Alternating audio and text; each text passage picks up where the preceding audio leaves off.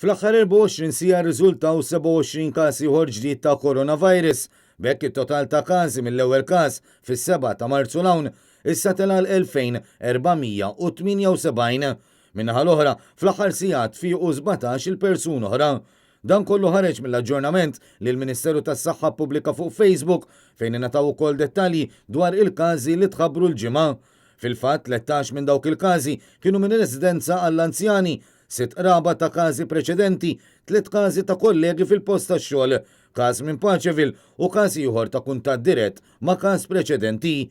Madankollu l-Ministeru tas-Saħħa ma ta' l-ebda aġġornament dwar il-kundizzjoni ta' saħħet il-persuni li qed jinżammu fl-isptarijiet ta' pajjiżna. Dan meta hemm persuna fit-taqsima tal-kura intensiva u għadd oħrajn fl-Infectious Diseases Unit. Fost dawn persuna ta' 37 sena, persuna ta' 44 sena, persuna ta' madwar 74 sena u 4 persuni ta' aktar minn 80 sena.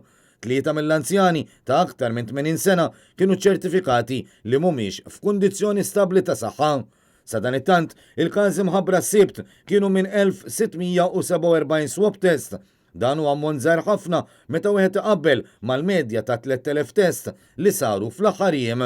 Barra minn hekk, din iż-żieda fil-każi pożittivi turi wkoll kif matul din il-ġimgħa biss irriżultaw 290 każ.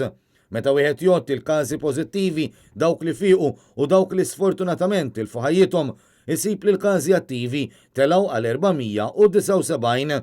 Dawn jinkludu 70 każ attiv fost l-immigranti regolari li fl-aħħar ġimgħat ma kinux qed jingħaddu ma' ċifri uffiċjali ippubblikati mill-Gvern wara insistenza mill-Prim Ministru Robert Abela.